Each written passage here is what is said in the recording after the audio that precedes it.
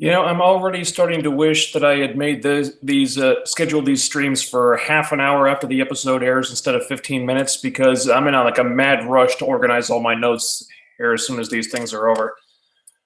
But it is 3 in the morning. Oh, I'm sorry about that. Yeah, it's the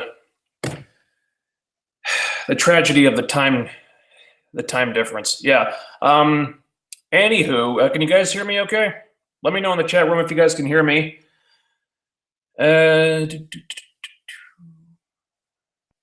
Hello, all of you who are watching, all of you who have tuned in, who have just watched episode 2 of season 8 of Game of Thrones. Loud and clear. Okay, cool. Welcome to the discussion live stream for Game of Thrones season 8, episode 2. And hold on, let me click out of this. All right. Yeah, all right. So episode 2 just aired, and like last time, I will give you my thoughts on the episode, and then I will go to the chat room, and I'll see you guys can sound off on your thoughts about the episode, and we'll try to get everyone's comments and questions out of the way, and we'll have a nice chat about what happened and what we think is gonna happen next, and how we felt about everything. Just as a preface, to give people a little another minute or two to show up. Apartment update, as if you tuned in last time, you were made well aware of my current living situation and the frustrations I'm having to put up with when it comes to that. There are no new updates, really. That guy who was coming up from Florida, he saw the place on Thursday, and we don't know what's going to happen with that yet. He seems to check every box. He wants the place. He gets along with the landlord. The only problem is his credit is kind of crappy because it got destroyed due to his recent divorce. That's really that seems to be the only thing counting against him, though. He has a good job. He has good references. I haven't heard from anything. I haven't heard from the landlord yet. I'm hoping I will get the final word on this guy tomorrow, and I'm really, really, really hoping he takes the place, because if he doesn't, well, that's kind of it. He's like the last serious applicant. No one else is going for the ads on Craigslist or Facebook. So if he doesn't take the place, I'm probably most likely going to be stuck here at least for another month. And I really don't want to, because the place I want to move to has vacancies right now. There was one unit that was opening up, I think, on the 23rd. So if I don't jump on that one, I don't know what's going to happen. I really don't. I can't even begin to tell you how frustrated I am with this whole situation, because living in this place has slowed down my video making process so much. I can't wait till I get out of here so I can start putting stuff out a lot faster. But that's how it stands. You guys didn't tune in to hear me bitching about my living predicament right now. You came here to talk about Game of Thrones, so let's do it. Episode 2 of season 8. Well, oh man, I can only imagine the comments we're going to get with this one. If you thought the last episode, the season premiere, was slow, this one was also very, very slow. There were still a few pieces that needed to be maneuvered into place, like getting Ed, Beric, and Tormund and Theon to Winterfell, and things that a few ducks that needed to be put in a row still. But for the most part, the episode is basically, what would you want to do if you had one day left to live? If you wanted to air any dirty laundry, or apologize to someone that you wronged in the past, or get something off your chest that you've been holding inside for a long time, or lose your virginity in some cases, or just get drunk with your bros one more time. That's what you're going to do. That was this whole episode pretty much. And there was a lot of really interesting stuff here. It's just that there wasn't a lot that was strictly necessary to the plot. It was just character stuff and setting the mood, setting the stage, building the emotional stakes, reminding us of the emotional bonds and connections between these people because a whole lot of them are going to be dead very soon. And when that happens, it's going to mean more because of this episode and the conversations people had and the things that happened here. But still, I suspect that some viewers are going to be very impatient with this one because, again, there was not a lot of stuff here that was absolutely necessary. And if you were pressed for time, there were a lot of things here that you could have cut that were not like absolutely vital to the story. But it's the unnecessary stuff that I enjoyed because even though you didn't need it, it's still really nice to have it in there.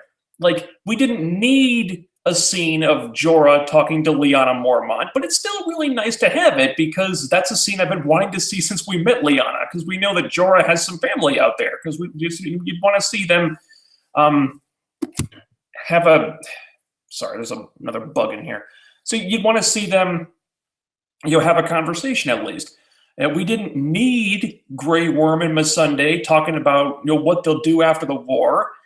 But it's nice to have it because it's going to be even more poignant now when one or both of them inevitably gets killed. And I think at least one of them is fucking dead. We didn't need to see Arya getting her freak on with Gendry, but it's fucking nice to see because Jesus Christ, they've been teasing that forever. We didn't need the scene of Jon and Sam and Ed on the battlements, but it's nice to have because of everything those three have been through since the start. The start of the show. I mean, Jon was off on his own side story on the wall, and he had his own cast of side characters, and now it's just the three of them. They're the only ones left. Well, them and Tormund, I guess. So it was nice to see that. We didn't need the scene of Jaime knighting Brienne, but it's nice to have because of how much Brienne has meant to Jaime's character arc and vice versa. We didn't need the sing-along around the fire, but it was nice to have because they needed to fill time, and it was a nice scene. Okay, sue me. But it's all basically just mood setting, and I understand if people got bored, but that's kind of the reason why I really liked this one, because it was all mood setting, but done so well. The one scene where I almost kind of face palmed. There was a scene that did it. It was the scene you all know what it is. It's the scene where Jon is in the crypt. He's looking at the statue of Lyanna. And then Dany comes in, and Jon chooses this, of all fucking times, to tell her the truth, that he's a Targaryen, that he's the rightful heir to the Iron Throne. It's like, dude, what the... Dude, you're about to have the fight of your fucking lives against the army of the dead, this supernatural force of nature that will stop at nothing until it destroys everything on Earth.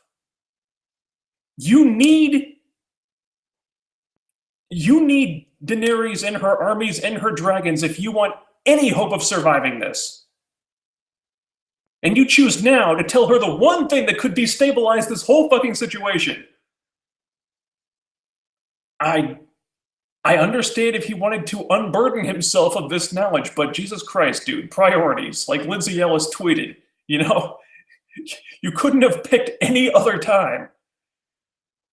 I understand, but dude, wrong place, wrong time. You couldn't have waited one fucking day. The army of the dead is at your doorstep, and you choose now to say this? Good Christ, Jon. Oh my God. Normally Jon Snow's my boy, but this scene just what was he? What on earth? What on earth, man? What on earth? But still, yeah, there were so many scenes here that we've been waiting for a long time. It was just good character stuff, like Jaime Jaime confronting Bran and apologizing to him for pushing him out of the window in the fucking pilot. was so long ago, and we waited so long to have that scene of him just owning up to what he did, you know? And um, let's see, I gotta look at my notes here. On Theon, and Theon seeing Sansa again, and and you going back to that because he's the reason she's alive. He's the reason that she escaped from Ramsay, and them reconnecting. And I'm sure some people are going to be shipping that one, but he's a eunuch, which it kind of makes it sweeter because it's more wholesome because nothing's going to happen, and you don't see them doing anything like Arya and Gendry. They're just eating together and just having a chat. It's just nice. It's just nice to have. And of course, Tormund. Tormund, I fucking love Tormund. He's still I fucking the hell out of Brienne, and she's still kind of not sure how she feels about it. She seems kind of uncomfortable, but I don't think she's discouraging him either. So I don't know, there's something could happen there. I'm rooting for those two. I really am. And what else? Oh yeah. Sansa and Arya. Not Arya. Sansa and Daenerys. Because that was a scene that really needed to happen because you see them, they kind of air their grievances, they kind of they find some common ground. Okay, I think they know where each other is coming from now. I think Sansa believes that Daenerys loves Jon, and they kind of have a bond. They kind of have a nice bonding moment because they do have a lot in common, as Daenerys pointed out. And were it not for the question of what are you going to do with the North, I think they actually could have become friends. But then at the end, it's like, well, what are you going to do with the North? The Northmen took the North back, and we don't want to give it up. So what are you going to do if you're going to sit on the Iron Throne? What happens to the North? And Dany doesn't really have an answer. So that's going to be there's still that potential wedge that's going to come between them, and considering what happened with the dragons in the last episode, where Rhaegal allows Jon to ride him, but then Drogon is kind of giving him the stink eye afterward. So even the dragons might pick sides. Drogon will obviously side with Daenerys, but what if Rhaegal decides to pick Jon? What if he imprinted on Jon? We don't know. And Dany is continuing to be frustrated with Tyrion, and she kind of gives him another chance afterward, but there's still that seed of doubt planted. It's like, well, will Tyrion have to pick a side? We don't know. So there's still a lot of questions here. So it's like, well, we kind of thought like it would all come down to humanity versus the army of the dead. What if it doesn't? What if it comes down to what if they defeat the army of the dead and the last bit of business to get sorted out is, well, is there going to be a conflict between Jon and Daenerys? We don't know. We don't know yet, but maybe, because this could all end very badly for those two. Now, when Jon told Dany the truth about who he is, to her credit, she actually took that remarkably well, much better than I expected her to. Because as we know, Daenerys is a reasonable person, but she's very territorial, especially when it comes to her power base and things that she believes are hers, namely the Iron Throne. And here's Jon telling her that he actually has. He's actually the rightful heir. He has a better claim to the throne. She doesn't really have a chance to really let it sink in, but in that moment, I guess you could chalk it up to the shock just setting in and her not really knowing how she feels about it yet. But she didn't react. At least she didn't react violently. She took it better than I ever expected her to. But give her a couple episodes to absorb this information, and she'll probably have a different response. but at least in that moment, I thought she took it well. I don't think that's going to last though, and I think this is going to be a big thing. I just don't know how big. It's like, will Dany and her armies turn against the people of the North? Will the Northmen have to fight Daenerys? Will that be a thing? We don't know yet. But the possibility is there, and that's another thing this episode was about. It's like creating a possibility of something that could happen before the shit all hits the fan, presumably in the next episode. Now, I was fine with this being another setting the stage type of episode. Now, as we saw in the previews, we didn't see a lot of like battle. It was all like the stuff that happens like moments before the actual battle. If the whole next episode is just them looking at the White Walkers out in like the field and the White Walkers looking up at them at Winterfell and like just stalling and stalling and stalling and just getting ready and getting ready and getting ready to fight, and then the episode ends with them charging towards Winterfell. If the whole thing is just stalling like right before the battle, that's when I might get a little pissed off. That's when it's going to feel like they're just dragging this out. But if we start, if the battle gets underway in the next episode and we see a fair bit of it, okay, fine. Because I'm fine with setting the stage as long as it's done well, which this was, and it's not drawn out to a ridiculous degree. I think if we get another episode, a third episode of just setting the stage, then it's going to be drawn out too much. But for the 2 episodes we've gotten so far, I think it's been great. I wouldn't do it much longer though, because episode 3 stuff's got to start happening. Because I think we've only got like 4 episodes left, right? It's like 4 or 5, or is it 6? I don't know. I think it's 4. So starting next week, shit's got to hit the fan, I think. But for 2 episodes of setting the stage, I think this has been terrific. Is there anything else that I haven't talked about? Oh yeah, Arya sits with the Hound. They have a conversation. I don't think they really needed Arya talking to the Hound, although it was nice to see them acknowledging. Excuse me. I think Arya understands now that the Hound has changed and he's not the person he was. Like, have you ever fought for anything? Yeah, I fought for you, didn't I? And she's like, yeah, okay. Still not sure how I feel about you, but maybe you're not on my shit list anymore. So, again, not strictly necessary. Still nice to have it. Let's see.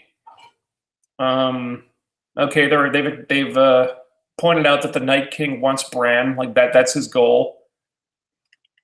If he gets Bran, I guess he wins. All right, and again, I didn't really have a lot of time to organize my notes here. I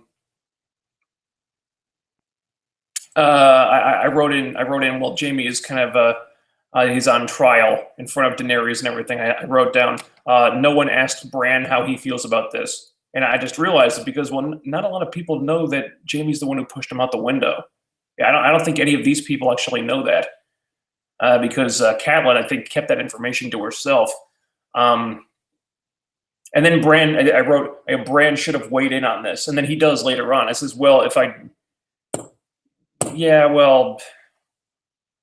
would be the point? Then they just execute you, and we kind of need all hands on deck here. So they acknowledge that. All right. Yeah, I think that's everything I have in my notes. Yeah. Okay.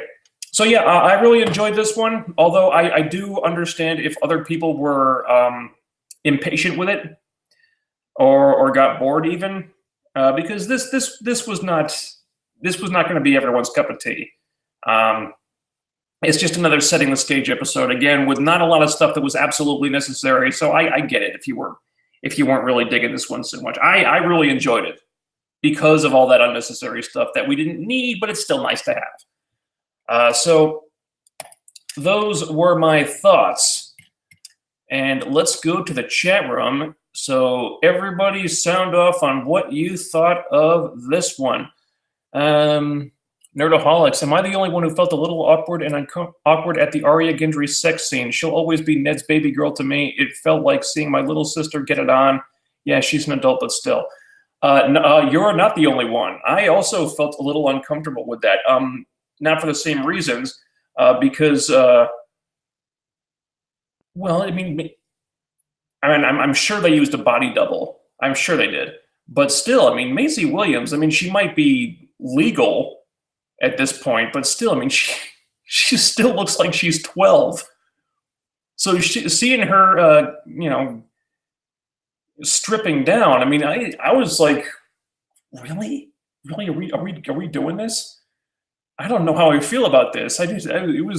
No, you're not the only one at all. It was, I felt, I felt like I should look away. Like I shouldn't be watching. Yeah. Do you think Dany will be betrayed? It seems like most of her allies don't like her or are planning to leave her. Plus, she isn't making many friends in Winterfell. I think that's something they're teasing. Until she made up with Tyrion at the end, I thought, well, Tyrion may have to pick a side because Dany is frustrated with him. I think she decided to give him another chance at the end, but I think the seed of doubt is in there. I think they are setting the stage for a potential split between Dany and the Northmen. I just don't know. But, a common enemy has a way of getting people to put aside their differences. Now, once that enemy is dealt with, we don't know how much time they're going to have after that to deal with the fallout. Because assuming they defeat the army of the dead and assuming all the interested parties are still alive afterward, then they're going to have to hash this out. Like, who's the rightful heir to the Iron Throne? It's going to depend on a lot of things. It's like Sam said, look, you gave up your throne to protect your people. Do you think she would do the same? He didn't have an answer to that. So there are seeds of doubt that have been planted. We don't know if they're going to take root yet. So will Dany be betrayed? Maybe. I think it's too soon to tell. But it could. Tormund was, in my opinion, the MVP of that episode. Loved his awkwardness with Brienne. I agree. I am absolutely rooting for those two to hook up.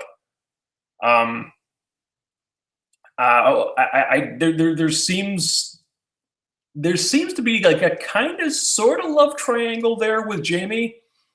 But again, it's like I mentioned this last week. I don't know if I necessarily ship those two romantically. I think I just like them as like just friends and comrades. I think it's I don't know. I don't know if Jaime is looking to get romantic with anyone else right now after the Cersei fallout. Plus, Tormund is definitely interested in Brienne, and plus Tormund's he's one of the only sources of genuine levity on this show. I fucking love Tormund. It would be really nice if he got the girl. And plus, I can't imagine this is something that Brienne has experienced before. She's never had a dude who's like actively pursuing her. It's kind of uncharted waters for her. But hey, maybe it's nice to have somebody who's showing interest. Who knows? I think Dany will be betrayed, but her dragons will be pissed. Maybe, I don't know. I think I think Drogon will be pissed. We don't know about Rhaegal because Rhaegal seems to like Jon, or at least allow Jon to ride him. We don't know.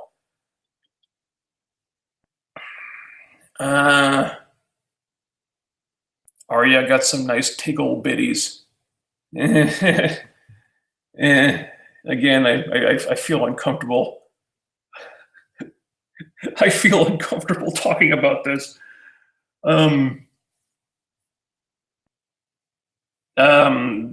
I will say that Arya's Maisie Williams body double looked very nice. I will say that. That's all I'm going to say. I don't want to get arrested. Let's see. I think with Sansa, she would welcome someone who isn't trying to get in her dress, but seems to genuinely care for her. Yeah. That's it. Plus, I mean, he's a eunuch, so there's no chance of him being able to rape her. I think that probably appeals to Sansa. Oy. I personally think it's time for Dany to get called out on her shit. See, she's kind of an entitled brat, in my opinion. Sansa for Queen of the North. I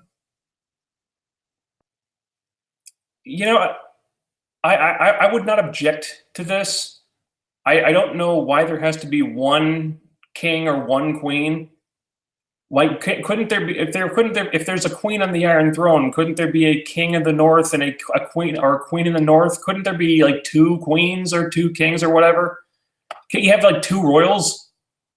Why does there only have to be one person in charge? I mean, having multiple royals on multiple thrones is kind of how how you wind up with like a War of Five Kings or something. I think that's what it was called in the books. I don't know. I haven't read. It's been a while since I read any of them, and I only read the first three. But yeah, the War of Five Kings. I mean, if you have two royals who like genuinely get along and are allies, I don't see why that it couldn't work. Plus, I mean, I don't see Dany, wanting much to do with the North anyway. I mean, they've already pointed out that her dragons don't really like the cold. She'd probably want to stay in King's Landing. So would it be that problematic to have, a Stark on the throne in the North? I think you got a good point there.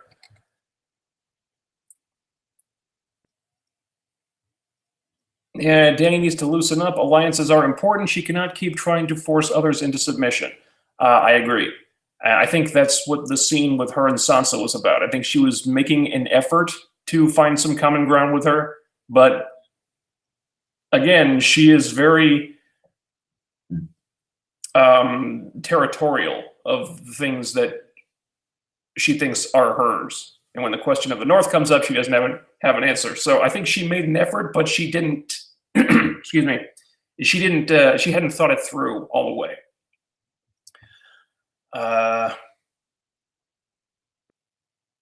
Let's see. Preview for this episode only really showed the first scene. I think it's pretty safe to say the battle is next episode. Hopefully. Question is, how long will it go on for? If they're doing like 2 straight episodes of just setting the stage, we have to assume this is going to be like probably the biggest battle they've ever done. And will it go on for multiple episodes? I don't know, but this is where the episodes start getting longer and longer. The guy who directed next week's episode also directed Battle of the Bastards, so people are assuming there will be a battle. Incidentally, he's also directing another episode later on. Oh boy. Man, if he's directing another Battle of the Bastards type of epic, man, if it were me, I'd probably want a vacation after that. But he's got another one later on. Jesus. If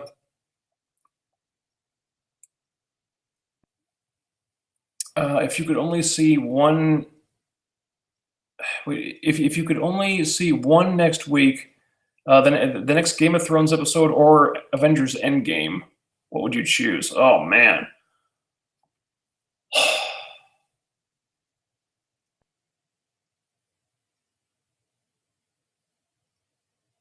Damn, that is a tough one. I don't know. If you put a gun to my head, I guess I probably want to see episode 3 just because I'm so invested right now, and I've had months to kind of get some distance between me and the Avengers, and I can wait a little bit. I can wait longer. I could wait longer to see it if I had to. Like with number three, I need to see episode three now because I'm impatient to see that. With the Avengers, like I've waited months. I can wait a little longer. So I want to see episode three. I think Sansa and Theon are getting married. Uh, I I guess they could. Um, there's a small matter of him being a eunuch. She would he would be unable to produce an heir, and that would be problematic. So but who knows? I mean, all the rules could be up in the air afterward. Yeah, exactly. They won't have an heir if they do. Yeah, exactly. I feel like they're going to give Dany the Stannis treatment. I don't know. I feel like, I'm putting nothing past them, but I mean, her plot armor is as strong as almost anyone's. I think the only one, her and Jon really have the strongest plot armor on the show. Jon's already died once. We probably won't. I don't know if they'll want to kill him again, but still, he's. Yeah, her and Jon have the strongest plot armor until we get to the finale. After that, I think anyone and everyone is on the chopping block. So I don't think they're going to kill Daenerys, but I couldn't say for sure. Yeah, consummation is key to finally becoming man and wife. And Theon was snipped. Yeah, exactly. I think that's why Sansa's marriage to Tyrion was never legitimized, because they never had sex. I think that's kind of the rule. I don't remember where I heard that, but I think that is kind of the rule. If they never had sex, then the marriage was not made official.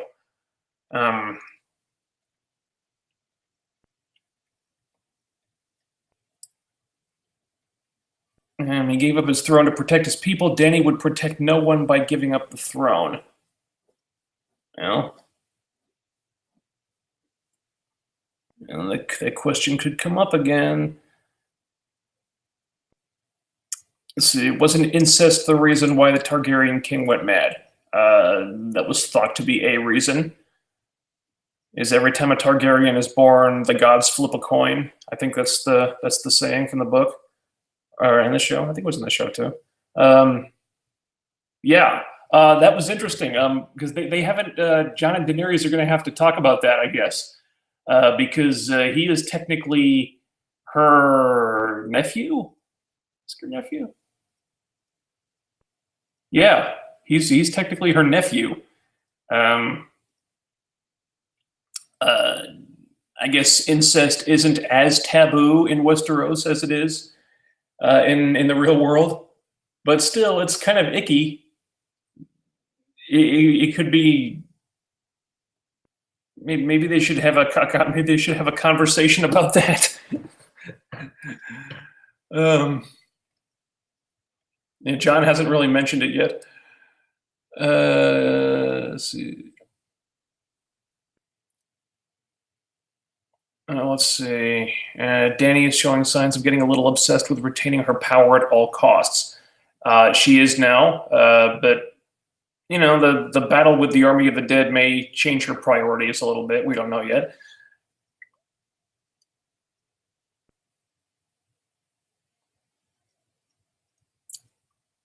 I think Tormund should have been more mourning. Besides Gilly, isn't he the last wildling? I don't think so. No, I think the free folk are still fighting with them. I just don't think we saw them I just don't think we've seen them because they're all like red shirts, and Tormund's the only character we know of. Him and Gilly. No, I think the free folk that John left helped get beyond the wall. I think they're still there, unless I'm forgetting something.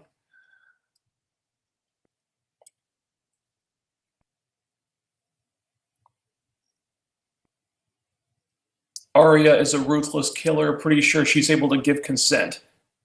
Oh, sure, but for me, it's a little uncomfortable because Maisie Williams still looks like she's very much underage, even if she's not. Let's see. I'm gonna be the devil's advocate and say that John and Danny should probably remain a couple. He's a good, honorable man, and while she's a brat, she's not as stupid and selfish as Cersei is yet. Yeah,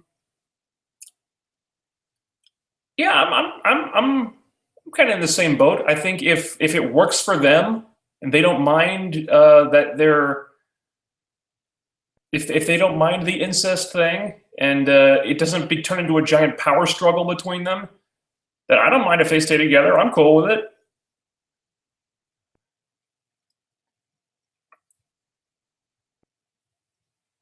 Finally going to get to see Drogon versus Viserion. Yep. Mm-hmm.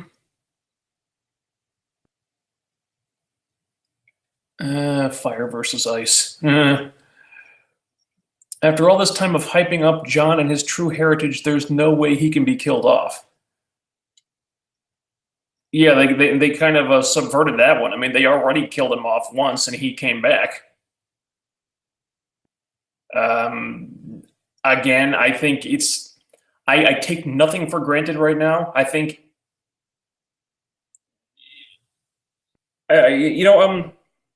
George R.R. Martin did an interview on Conan O'Brien once where he said that he likes to do unexpected things, and he likes his readers to be afraid to turn the next page because they don't know if the hero may survive, and so it may seem like John has impenetrable plot armor, but the very fact that it seems that way is the reason why they might subvert expectations and kill him.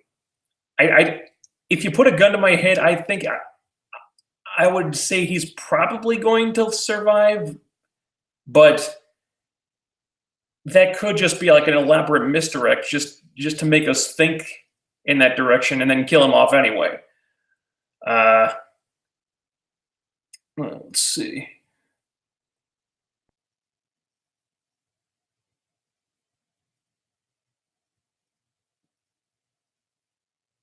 All the wildlings that could fight were guarding the wall at Eastwatch when it was destroyed by the Night King. Oh, damn. Really? Well, there might be... well, I guess the wildlings that couldn't fight, maybe they're at Winterfell? Shit. That was I guess if you're right, I guess that was a bit of an oversight. Damn.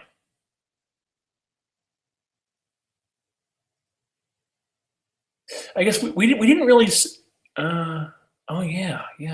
I'm thinking back to that episode where the Night King took down the wall. I guess yeah.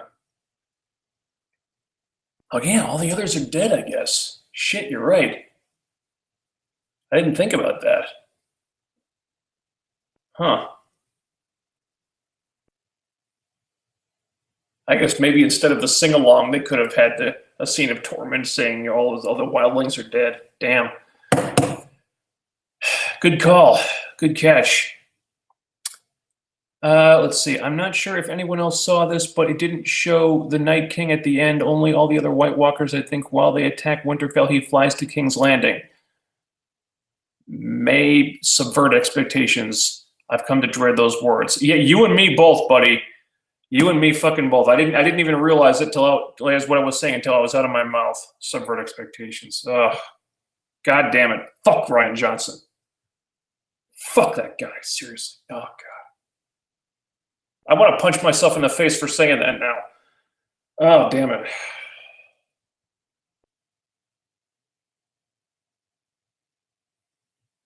Don't get me. You got me thinking about The Last Jedi and The Rise of Skywalker again now. And oh god, don't. That is a topic for another day, my friend. That's a topic for another video.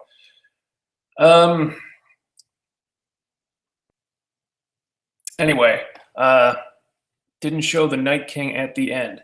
Only the White Walkers. Yeah, that is a good point. We didn't see Viserion. We only saw like the Night King's generals. He was conspicuous by his absence, and we didn't. And so maybe he's going to meet with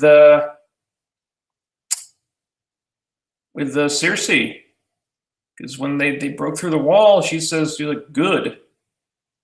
So she, I don't know, maybe she knows something we don't, or maybe she's planning something we don't know about. That is an interesting take. And remember, Jon said, take down the Night King, and all the others will fall. We didn't see the Night King here, so maybe this was all a misdirect. Maybe they're just fighting the generals while the Night King is somewhere else. That is a good point. Who's going to smash Brienne first, Tormund or Jaime? Oh, I hope Tormund. I'm rooting for Tormund. I don't think sending the people who can't fight to the crypts with buried dead people is such a good idea.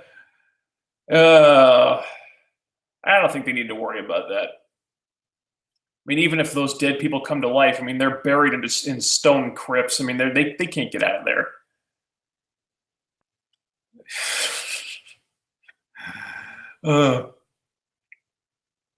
Who will die? Jorah or Grey Worm? If it's just one of them, I think Grey Worm. Realistically, I think they're both dead. I tend to think Jorah will last longer than Grey Worm will, though. Just because his death, I think, would mean more. They'll probably save it for later on. I hope we see some serious warging action with Bran once the battle starts. That would be nice. We haven't seen him warg in a while. That plot point kind of fell by the wayside, which is unfortunate, because he doesn't have Hodor or Summer to warg into anymore. That kind of sucks. Hodor. Okay, what do you guys think? Do you think we're going to see White Walker Hodor at any point? That might be too heartbreaking for words.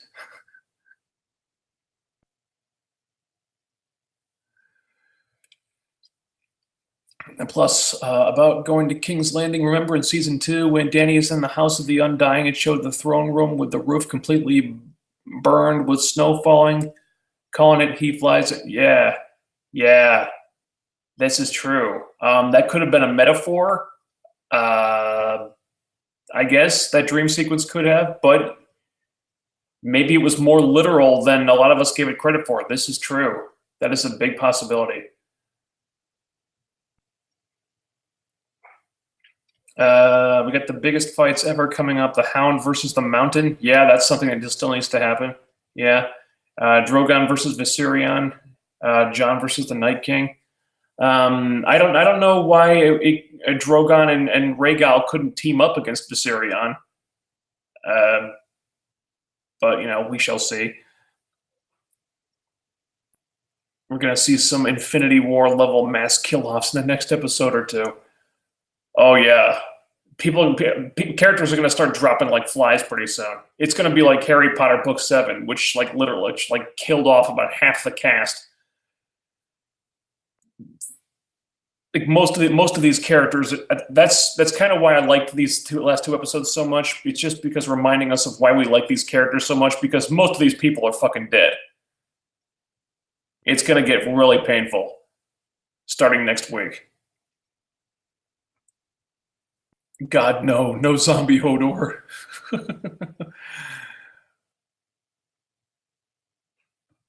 Undead Ned Stark. there could be a lot of dead people in those crypts. Yeah, but I mean, at this point, those bodies have had many years to decompose. I mean, they'd be mostly just skeletons at this point. And again, they're in like really heavy stone crypts. I don't think they can get out of there. What if Bronn shows up to see Winterfell burning? Maybe. I mean, you know, he's already got Cersei's. He's already got that gold Cersei gave him.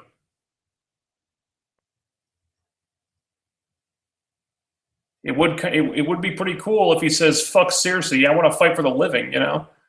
But you know, sellsword. We don't know which way he's going to go yet. The Night King would swat Jon like a bug in close combat. Well, Jon's already killed one of the generals before, and he's still got that Valyrian steel sword. And he can ride a dragon now. I don't think it would be as one-sided a fight as you might think. If I see zombie Hodor, I might cry. I'm not going to lie; it's going to break my heart. Yeah, yeah. Let's see. Dude skewered a dragon with one hand. Yeah. But again, I mean, who's got better plot armor than Jon Snow? Dude came back from the dead. And on a show as bloodthirsty as this one, that is no small feat.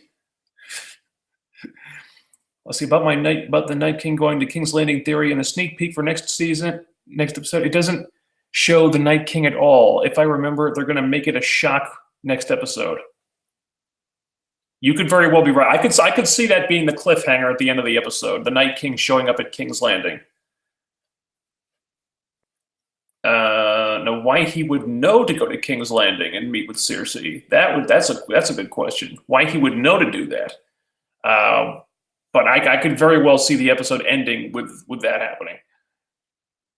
Tyrion foreshadowing killing Cersei after he becomes a white. Okay, it was in jest, but you never know with this show. Yeah, if they keep to that prophecy, and if they keep to the prophecy, you know, Cersei is going to be killed by her younger brother. I don't think they said that part in the show. I think that's a book only thing. So she's always believed it was Tyrion, but I think most of us think it's got to be Jaime. At least in the books. I wonder if we'll see the giant whites in the battle. Who knows, dude? Maybe. But we don't know. We don't know what kind of budget they're working with. I mean, we know they're going to pull out all the stops with these last couple episodes, but the giant white walk, who knows? It would be nice to see. God, I forget the name of the one that fought with them in the Battle of the Bastards. I forget. No, he's dead. No shit. Yeah, he's dead. Are there any giant whites that we've seen before? I don't remember. Bronn gives Tyrion the crossbow, and he uses it in episode 6 to kill Cersei. Yeah, maybe. I still think it makes more sense for Jaime to be the one to kill Cersei. But I'm not going to complain if Tyrion does it. Do you think more dragon eggs are hidden in the ruins of Valyria since that's where they're descended from? It's possible. I think it kind of takes away the specialness of Daenerys dragons, but I couldn't rule it out. I don't know what relevance it would have to the remainder of the story in the show, though.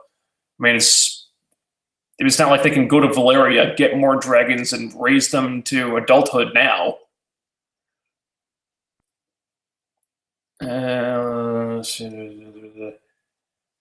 Jon and Darry are squishy humans, so Drogon and Rhaegal have to really hold back as to not accidentally kill their riders. Night King is stupid powerful, less vulnerable to wind shear. You could have a point about that.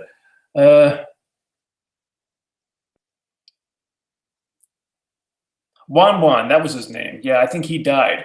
Yeah, at the Battle of the Bastards. Yeah, he died. Ghost dies defending Bran. We still haven't seen Ghost at all. That was a scene we needed that they didn't show. Was Jon having a scene with Ghost? Ghost is just MIA right now. That's annoying. I keep looking for him. Let's see.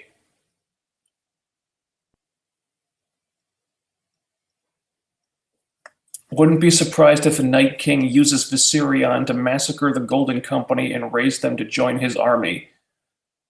Yeah, that could very well happen.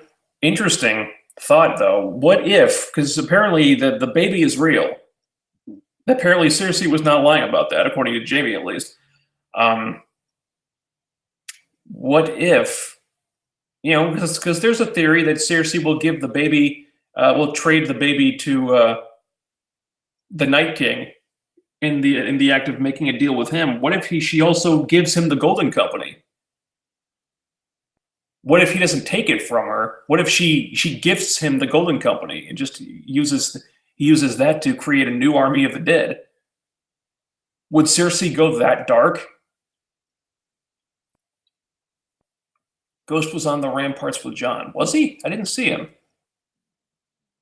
Huh, I'd have to go back and watch again. Ghost was behind Jon when they were at the battlements with Sam and... Damn, I didn't see that. I'd have to go back and watch that when they rerun it. Shit, I missed that part. Maybe I was taking notes at that time. The problem with having an antagonist as powerful as the Night King is that you need a massive ass pull to beat him.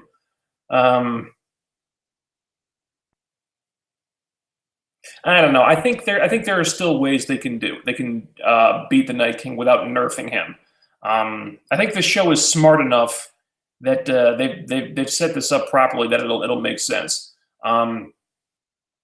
Other shows have not been nearly as graceful with their storytelling, like Arrow. I think I forget which season it was, but Damien Dark on Arrow. They built that guy up to be so freaking powerful and so freaking overpowered that there was no realistic way they could beat him. And the only way they ended up defeating him and at the end was to basically just nerf the hell out of the guy. And it just came off like really contrived and stupid. I don't think they're going to do that with the Night King, because you know he's vulnerable to Valyrian steel and to dragonglass. So we know the guy has weaknesses, and I'm sure Bran is going to factor into this somehow. Like, there's going to be like some war on like the astral plane, or he's going to use like the green sight, like the green sight plane or something. There's going to be some kind of war with the Night King and Bran, and I think Bran will find a way to at least like weaken him or distract him or something to make him vulnerable. I don't think they're going to have to nerf the Night King. At least I hope not.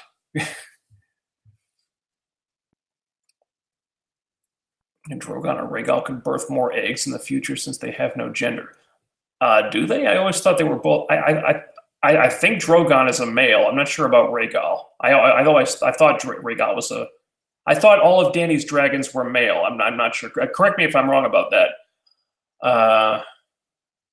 Let's see. What if Nymeria came to help Arya? Anything's possible, but it seems like they kind of cut that cord last season, because they had that scene, and then Nymeria just let her live and kind of loped off, and Arya says, "No, that's not you." Okay, so that's not that connection has been severed. So I mean, it could happen, but I don't think it will. Cersei would definitely go that dark. Let's see. Will Nymeria come back to help Arya with her pack? Well, I'm not sure what Nymeria could do against the army of the dead. Plus, what if they turned Nymeria into a White Walker direwolf? They've got a pack of White Walker direwolves to deal with. That's gonna suck.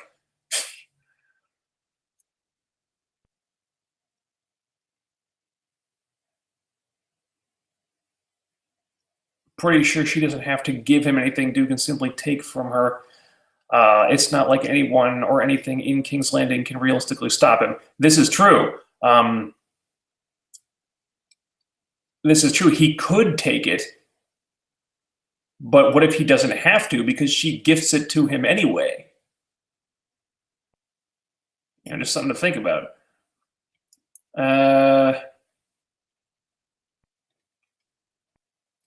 The only reason the Night King was taking babies was to make more White Walkers, but now he's past the wall, doesn't really need them, I think. So I don't think Cersei will give her a baby. Yeah, potentially. Maybe there's more to it. I think the Night King was taking babies to create generals, not just like the normal whites, but like the blue-eyed generals. So maybe there's more to it than that. Maybe it's not enough to just raise someone from the dead. Maybe that person has to be given freely. Has to be given of the parents' own free will. Maybe there's some kind of magical mumbo jumbo involved in that to create more generals. Who knows? Maybe the act of a parent giving the baby to the White Walker, maybe that's meaningful to the Night King somehow.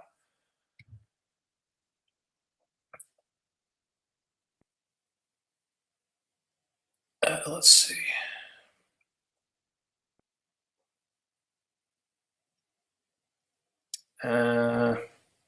What happens if Dragonfire doesn't work on the Night King? What could they use to kill Viserion? I don't know, but put some dragon glass spears and some ballistas and just let loose.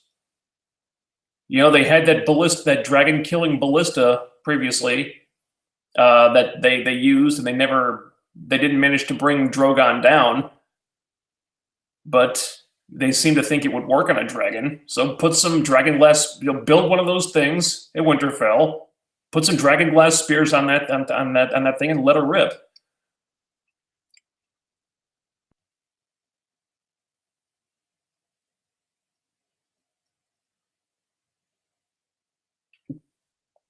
Let's see. Why didn't Jaime bring the Lannister army? Cersei's queen, but Jaime is the Lord of Westerlands. They made a big deal that the armies are loyal to lords, not kings. It could have been a small oversight, or it just could be that armies are scared shitless of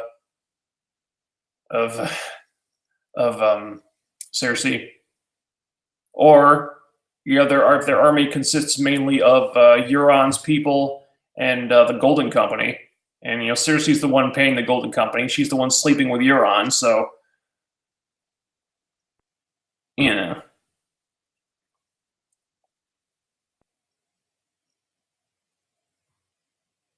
exploit those weaknesses, they would have to get really close to him. Again, the dude is stupid powerful in close combat.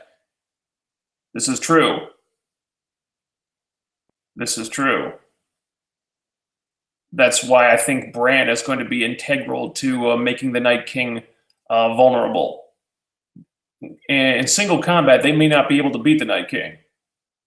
But put Bran in the equation, he's going to pull some green side shit, and he'll probably be battling the Night King on the mental plane or whatever.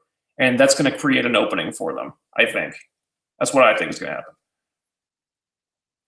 Cersei is the Night Queen. Ooh, God. I don't know. Would be cool, but then would Jaime still be able to kill her? I don't know. They may not even do that part of the prophecy.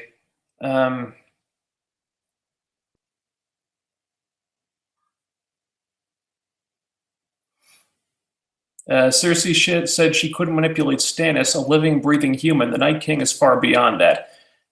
True, but again, there may be things about that situation that we don't know. Like the Night King could have just turned Craster and his wives and all his inbred children into more White Walkers, but he didn't. He let them live because there was some kind of deal they made with them. He wanted the babies. Again, he could have just taken the babies, but he didn't. So he had some kind of deal with Craster. We don't know how or why that deal came to be, but somehow it did, which means there could be something about that that is relevant. Like I said, maybe the act of a parent gifting a baby to him of their own free will, maybe that factors into it somehow. Maybe that's part of the equation that allows him to make these babies into one of his generals. I don't know if they'll explain that, but I think it's possible that could factor in somehow. Does Jaime die in Brienne's arms or the other way around? I kind of think it'll be the other way around. Yeah, I don't think Brienne is going to survive.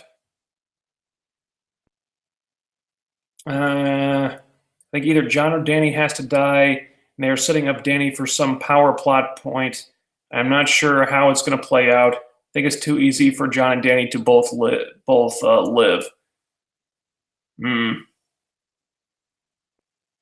Yeah.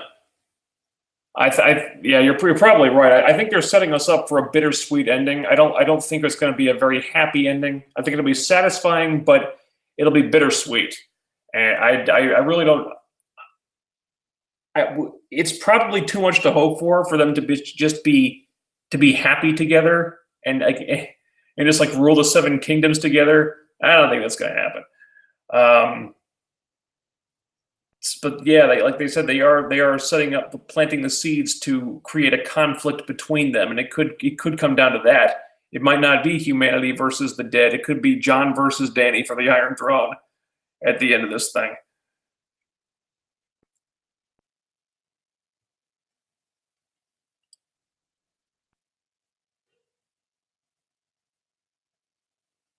And Ned heard Bran for a second in the past. His green sight may be evolving into time manipulation or something. Yeah. Of course, they haven't really. Yeah, I guess maybe. That's how he kind of short circuited Hodor's brain as a child. He could do some time travel shit.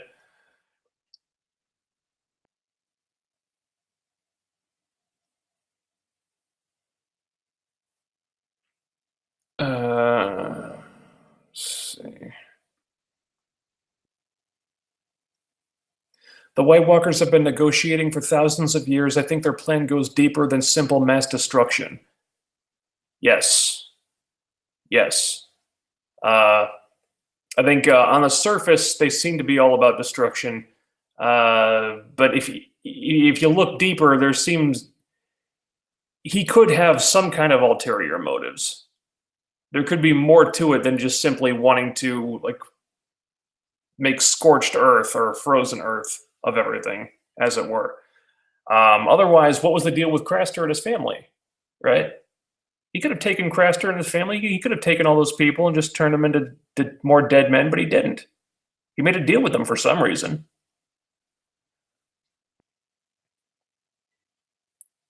Aren't the writers coming out with a spinoff?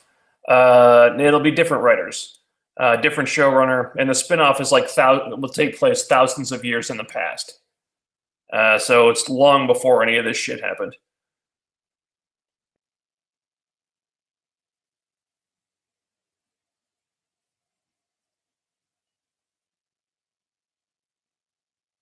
I also want Cersei to die in a horrible way. Absolutely, she has more than earned that. She has made her bed, and she's going to have to lie in it at some point. He's after someone. Remember, it may be Bran or the Night Queen. Yeah, that could be another swerve. We all think it's Bran. What if it's not? Maybe the Night King.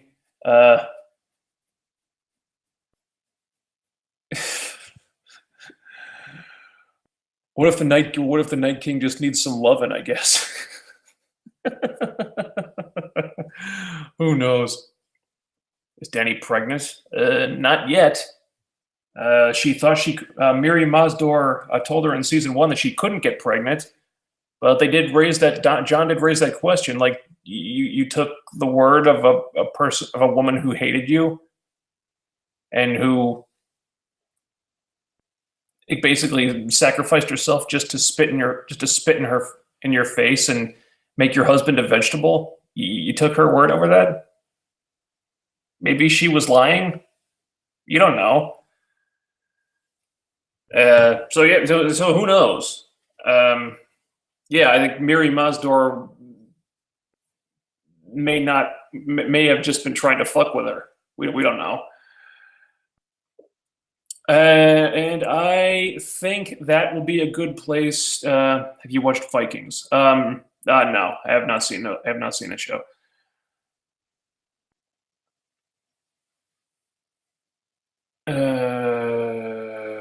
Okay. All right. You know what? I need a shower, and I don't know how much long. Sorry, I don't know how much longer my voice is going to last. Anyway. All right. Last two comments, and then we'll call it quits for the night. Theon dies defending Bran, completing his character arc. Possibly. I think it might be more appropriate that if he's going to die, I think he ought to maybe do something with Sansa. Although him defending Bran, yeah, I could see that. It seems to be more emotional and more emotional punch with Sansa, but who knows? Maybe the Night King is after Jon and Dany's potential child, the Song of Ice and Fire. Could be, but again, it's even if Dany's pregnant, I mean, she's not gonna give birth for a while, and we'd have to do like a pretty significant time skip for that to happen. I mean, what's gonna happen in the meantime? Is he gonna turn? I mean, if she's pregnant now, I mean, he couldn't turn the kid now. I mean, the kid isn't even. The kid's probably only a couple molecules wide, like a couple molecules big right now, you know, or yeah, it's possible, but I mean, they would have to. They'd have to jump like 9 months into the future. I don't think the War for the Dawn's going to last that long. The good guys don't have the resources to hold out that long. So I like the idea. I just don't see how they could make it happen.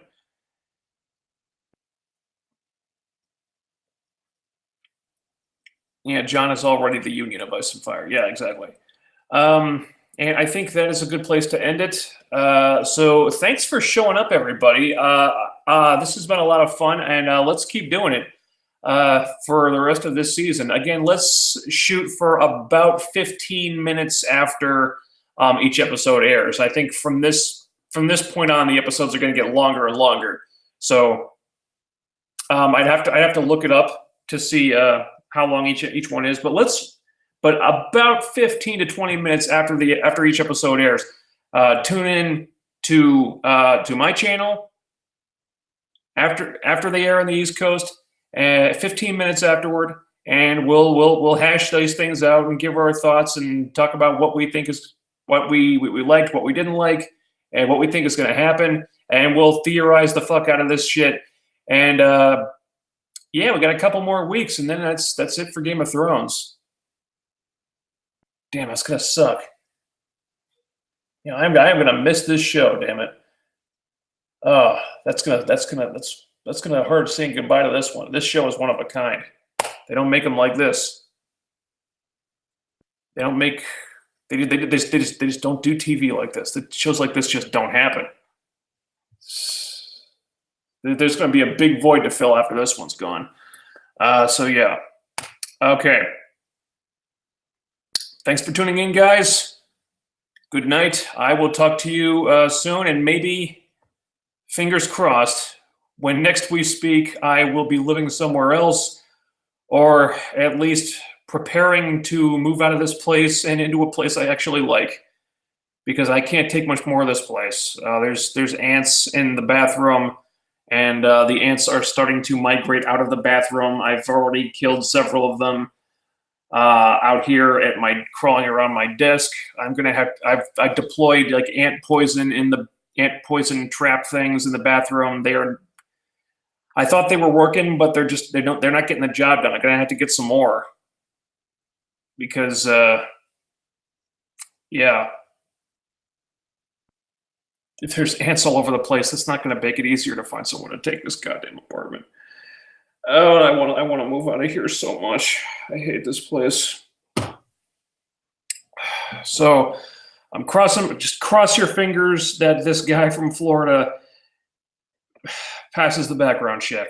I mean, him and the landlord seem to get along. Landlord thinks he's promising. The only thing working against him is he doesn't have credit, but he's got a job, he's got money, he's got references.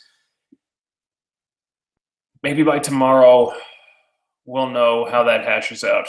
Like I wasn't gonna bug him today because it's Easter Sunday, but tomorrow I'm gonna text the landlord and find out what the deal is. Maybe we'll get the final word tomorrow, which means that by next Sunday, maybe I will have news that either I've moved out or I have gotten the all clear to move out. Wish me luck, because I could use some. Talk to you then.